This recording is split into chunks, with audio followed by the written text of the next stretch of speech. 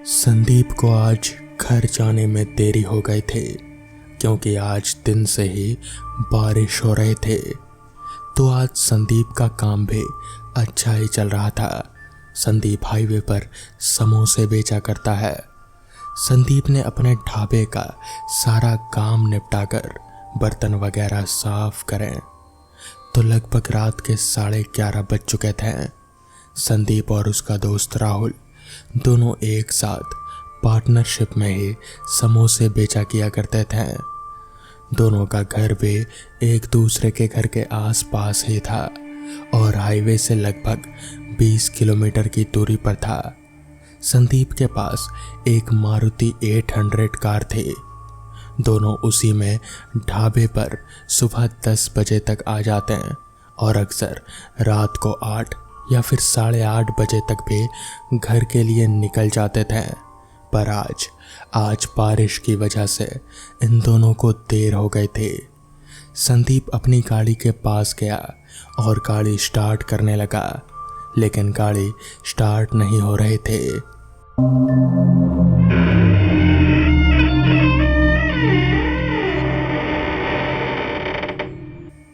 सुबह से बारिश थी और अभी ठंड भी काफ़ी थी। इसी वजह से भी गाड़ी शायद स्टार्ट नहीं हो रहे थे। संदीप ने कोशिश तो बहुत करी लेकिन गाड़ी स्टार्ट होने का नाम नहीं ली। तभी संदीप ने राहुल को धक्का मारने के लिए कहा। संदीप के बोलने के बाद राहुल गाड़ी से नीचे उतरा और धक्का लगाना शुरू कर दिया। गाड़ी में थोड़ी दूर तक धक्का लगाते ही गाड़ी भी स्टार्ट हो गई और रात के अंधेरे में दोनों घर की ओर जाने लगे। आज बारिश होने की वजह से ठंड तो थी ही, ऊपर से बाहर शीतलहर मानो जैसे जान लेने को तैयार हो। बारिश होने के बाद ऊपर से थोड़ा थोड़ा धुंध भी था, इसलिए संदीप को ज़्यादा साफ दिखाई नहीं दे रहा था। अभी दोनों थोड़ा दूर ही गए होंगे कि उसी कोहरे में संदीप को उनसे थोड़ी ही दूर सामने एक परछाई सी दिख रहे थे। धुंध की वजह से ज़्यादा पता नहीं चल पा रहा था। ऐसा लग रहा था जैसे कोई रोड पर खड़ा है, लेकिन वो थोड़ा और आगे बढ़े तो हेडलाइट के उजाले में संदीप को एक लड़की सड़क के बीचों बीच खड़ी दिखाई दी। गाड़ी बहुत ही स्पीड में थी, इसलिए एकदम से तो रोक नहीं सकता था। इसलिए संदीप ने खिड़की से बाहर सिर निकालकर चिल्लाते हुए कहा, अरे मरना है क्या? कहीं और मरो, हमारी गाड़ी मिली थी क्या? इतना बोलकर संदीप फिर से एकदम से ब्रेक मारा, लेकिन संदीप ने देखा गाड़ी उस लड़की से टकरा चुकी थी और उस लड़की को रौंदती हुई कार आगे निकल गई और उसके बाद गाड़ी में एक झटका बड़ा तेजी से लगा। इस वजह से राहुल, जो कि अब तक सो रहा था, उसकी आंख खुल गई। इससे पहले कि राहुल कुछ बोलता, उसे संदीप का चेहरा दिखा। संदीप का चेहरा इतनी ठंड में भी पसीने से तरबतर हो रखा था और वो डरा हुआ बार बार पीछे की ओर देख रहा था।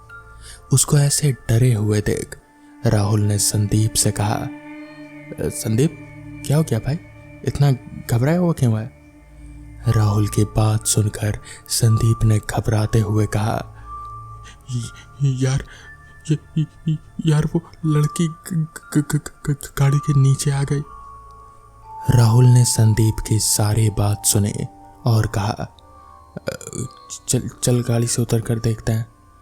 इतना बोलकर दोनों गाड़ी से उतरकर बाहर सड़क पर इधर उधर उस लड़की को ढूंढने लगे, लेकिन सड़क पर कोई भी नहीं था। पूरी सड़क सुनसान थी। वहां आसपास पूरे में देखने के बाद राहुल ने संदीप से कहा, यार तूने आज काम के बाद कुछ ज़्यादा ही पी लिया है, इसलिए तुझे वहम हुआ होगा। यहाँ तो कुछ भी नहीं है यार। संदीप ने फिर राहुल को समझाते हुए कहा, नहीं यार, वो यही थी वो लड़की। राहुल ने संदीप को पकड़ा और कहा, चल गाड़ी में बैठ, अब गाड़ी तेरा भाई चलाएगा। उसके बाद स्टीयरिंग पर राहुल बैठ गया, पर संदीप अभी भी गहरे सदमे में ही था। संदीप को ऐसे बैठे देख राहुल ने संदीप से कहा, संदीप भाई तू आराम कर ले। इतना बोलकर राहुल ने गाड़ी आगे बढ़ा दी। अभी कुछ दूर ही गए होंगे, अब संदीप की भी बैठे बैठे आंख लग गई।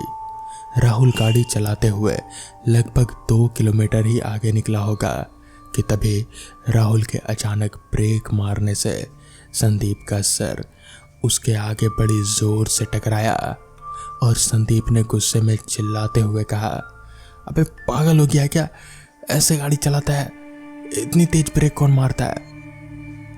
लेकिन राहुल को तो जैसे किसी ने थप्पड़ मार दिया हो।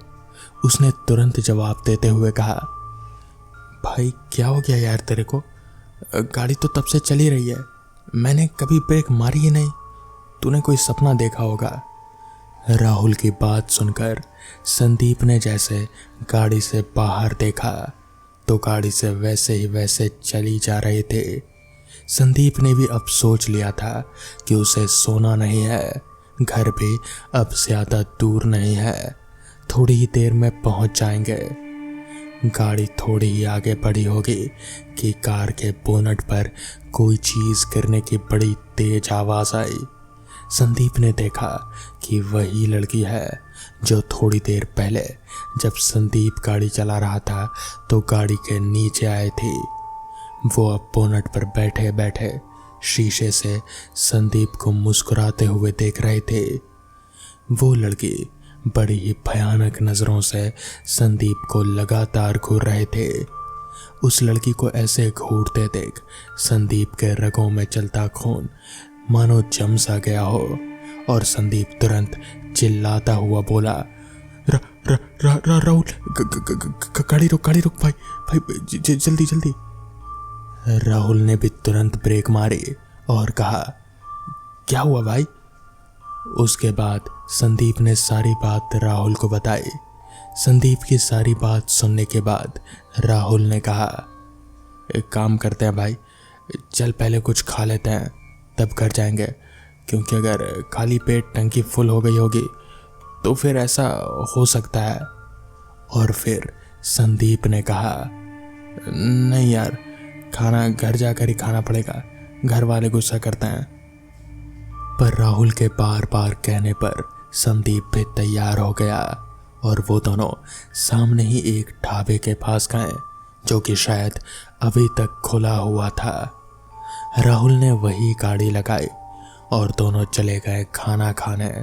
वहां जाकर राहुल ने खाना परोसने वाले से पूछा, भाई इस हाईवे पर कुछ गड़बड़ है क्या। ढाबे वाले ने राहुल की बात का जवाब देते हुए कहा, नहीं, क्यों। राहुल ने अपनी बात जारी रखते हुए कहा, वैसे तो हम रोज यहाँ से आते जाते हैं, हमारी दुकान भी थोड़ी ही आगे है, हमारा भी एक ढाबा है, लेकिन हम 8:30 बजे तक रोज रात को ढाबे से निकल जाते हैं। और आज काम थोड़ा ज़्यादा था, बारिश भी थी, इसलिए थोड़ा टाइम लग गया। हमने सोचा कि कुछ खा लेते हैं, इसी बहाने आपसे पता कर लेंगे कि रात में यहाँ कोई दिक्कत है क्या। मतलब मेरा दोस्त अजीब अजीब हरकतें कर रहा है। इस पर उस ढाबे वाले ने कहा, भैया आप तो यहीं के हो, आपको तो पता ही होगा, आपका जब काम यहीं रोज से आना जाना है। तो राहुल ने कहा, हमारा काम तो है, लेकिन हम सुबह 10 बजे से रात के 8:30 बजे तक ही आने जाना करते हैं और फिर ढाबा बंद कर कर अपने घर। मगर आज देर हो गए थे, तो इतनी रात को कोई दिक्कत होती है क्या, बस वही पूछ रहा हूँ। इस पर उस ढाबे वाले ने राहुल की तरफ अजीब नज़रों से देखा और फिर कहा, भैया आप ऐसे अकेले नहीं हो जो ऐसे सवाल पूछ रहे हो। हर रात 12:30 या 12:30 बजे के बाद जो भी यहाँ से गुजरता है, अगर वो हमारे पास रुकता है तो ये सवाल ज़रूर पूछता है, ये कोई नई बात नहीं है। उसने अपनी सारी बात जारी रखते हुए कहा, दरअसल 3 साल पहले एक कार वाले ने आगे सड़क पर ही एक औरत को कुचल दिया था और कार वाला वहां से तुरंत भाग गया था और ना ही उस कार वाले को पकड़ा जा सका और ना ही उस औरत की मदद की जा सकी, जिस वजह से वो औरत सारी रात उस रास्ते पर तड़प तड़प कर ही दम तोड़ दी। तब से रात में कई लोगों को वो औरत यहाँ दिख चुकी है। कई लोगों को वो परेशान भी करती है क्योंकि वो अब एक बुरी आत्मा बन चुकी है। सारी बात सुन राहुल के तो जैसे होश ही उड़ गए। उसे समझ नहीं आ रहा था कि ऐसा सच भी हो सकता है। जिसके बाद उन दोनों ने तुरंत ही कुछ खाया पिया और फिर तुरंत ही अपने घर के लिए निकल पड़े।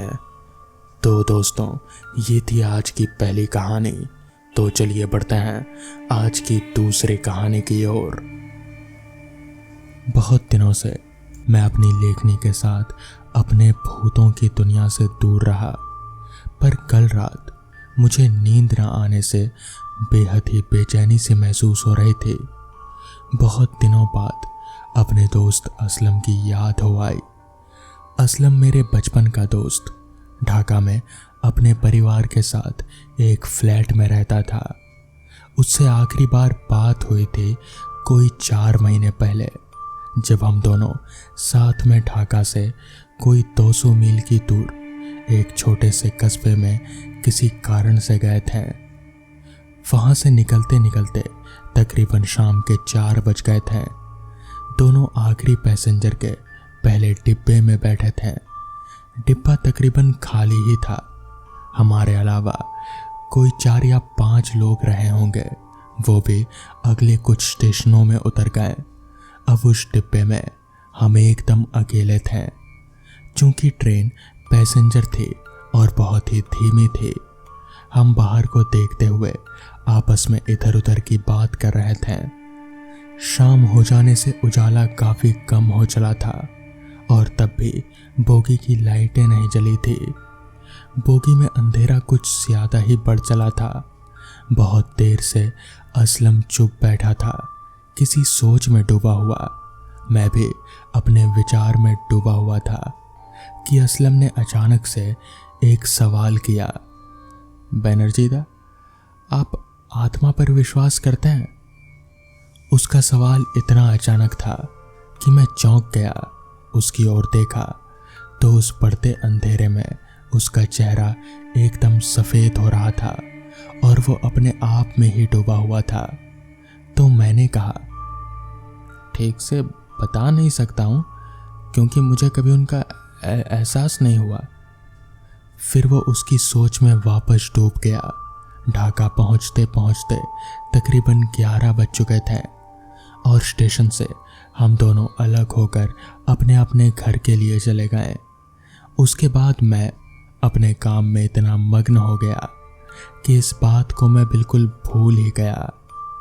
कोई 3 महीने बाद एक दिन शाम को असलम के अब्बा का फ़ोन आया। वो किसी कारण से बेहद परेशान होकर फ़ोन पर अजीब सी बात कर रहे थे। मैं जो मतलब निकाल पाया वो ये था कि वो उसी वक्त मुझे अपने घर पर आने को कह रहे थे। मैं उसी वक्त उनके घर के लिए निकल गया। उनका घर कुछ दूर था और मुझे कोई रिक्शा ना मिलने से पहुंचने में तकरीबन 1 घंटा लग गया। घर पहुंचने पर देखा आसपास वालों की भीड़ थी, पुलिस भी आई थी। अंदर असलम की लाश पड़ी थी। उसके गले में पड़ी रस्सी से ये साफ था कि उसने खुदकुशी कर ली।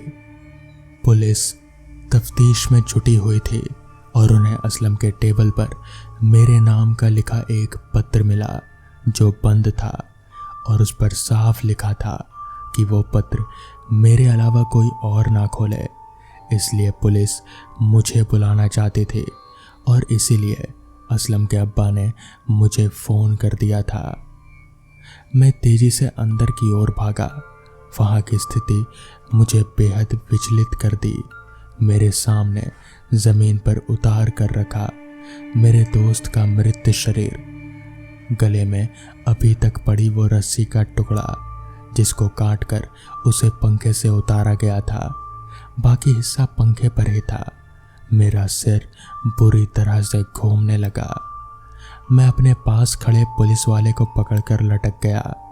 थोड़ी देर बाद मुझे होश आया तो मैंने खुद को सोफे पर पाया।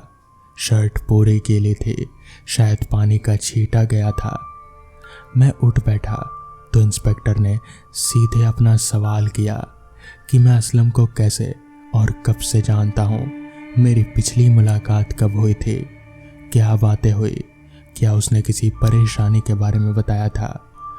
उन्हें सवालों का जवाब देते हुए मुझे याद आया वो बेतुका सवाल आत्मा देखने के बारे में।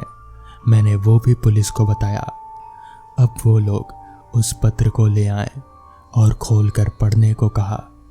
पत्र खोलते ही लगा जैसे मैं एक बार फिर से उस ट्रेन में पहुंच गया। उसमें लिखा था, बैनर्जी दा, मैं आपको उस दिन से कुछ कह नहीं सका और जिसके कारण मैं बहुत ही परेशान हो रहा था, तो अब वही कहानी लिख रहा हूँ। आगे असलम ने लिखा था, मैं तकरीबन 7 महीने पहले जब वीरपुर गांव में गया था और कुछ दिनों के लिए वहाँ अपने काम के लिए रुक गया। वहाँ मेरे साथ एक आदमी रहीम काम करता था।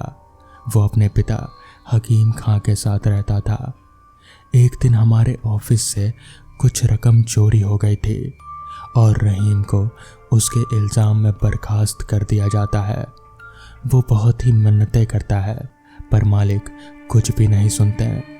जिस समय वो चोरी हुई थी उस समय हम लोग उस जगह से दूर दूसरी जगह काम कर रहे थे और मैं ही मालिक से ये बात बोलकर उसको इल्ज़ाम से मुक्त करवा सकता था, लेकिन मालिक के गर्म मिजाज से वाकिफ मैं उसको कोई मदद नहीं कर पाया। उसके बाद अगले दिन गांव के बाहर के बरगद पर उसकी लाश लटकी मिलती है और उसके अगले ही दिन उसके पिता की लाश भी उसी पेड़ पर लटकी मिलती है। सभी बहुत दुखी हो जाते हैं। मैं तकरीबन 2 दिन बाद एक बार जब उस इलाके से गुजर रहा था तो मैंने उन दोनों को उस पेड़ के नीचे बैठा देखा। दोनों ऊपर से तो मुझे दिख रहे थे पर उनका नीचे का हिस्सा मुझे नहीं दिख रहा था। मुझे देख दोनों मेरे पास आकर कहने लगे कि अगर मैं चाहता तो मालिक को समझा सकता था, लेकिन मैंने ऐसा नहीं किया। अब वो दोनों मुझे नहीं छोड़ने वाले हैं। उस दिन के बाद से वो रोज रात को आते हैं और मुझे सोने नहीं देते हैं। मैं बहुत सारे डॉक्टरों से भी मिला लेकिन ठीक नहीं हो पाया। मैं डर डर कर जीने को मजबूर हो गया था, इसलिए मैं आज अपनी जिंदगी खत्म कर रहा हूँ। पत्र बंद किया मैंने और मेरी आंखों से जैसे पानी की एक धारा सी बहने लगी। मुझे समझ नहीं आ रहा था कि आखिर असलम ने ऐसा किया क्यों। क्या वो सब सच था? मुझे कुछ भी समझ में नहीं आ रहा था। बहुत बड़ी संभावना थी कि जैसे उन आत्माओं ने असलम की जान ली थी, ठीक वैसे ही उस कंपनी के मालिक की भी जान लेने की कोशिश करें। अंततः सबसे पहले हम लोग वीरपुर गांव जा पहुंचे। घटना से जुड़े लोगों से बात करने पर बहुत सारी जानकारियां सामने आई। रहीम के परिवार में उसकी पत्नी रजिया और उसकी एक बेटी सारा, जो इस हादसे से एकदम टूट चुके थे।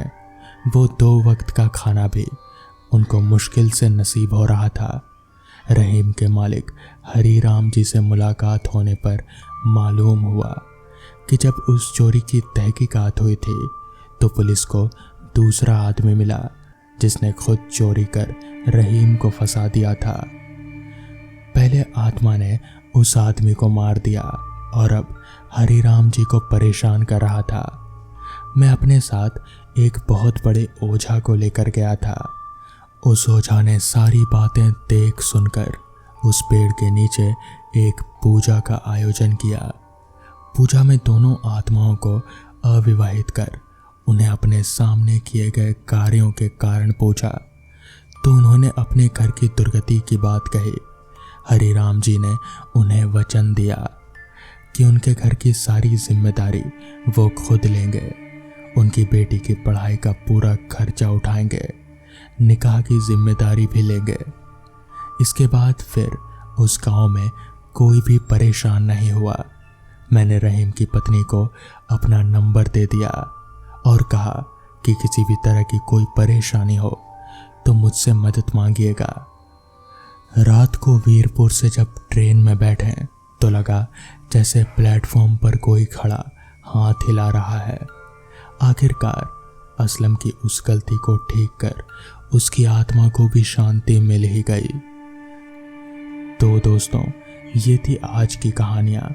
अगर आपको ये कहानियाँ पसंद आई हो तो वीडियो को लाइक और चैनल को सब्सक्राइब करना ना भूलें। तो मैं आपका दोस्त आर्यन जल्द ही मिलूँगा आपसे ऐसी ही नई कहानियों के साथ। तब तक के लिए अपना ख्याल रखें।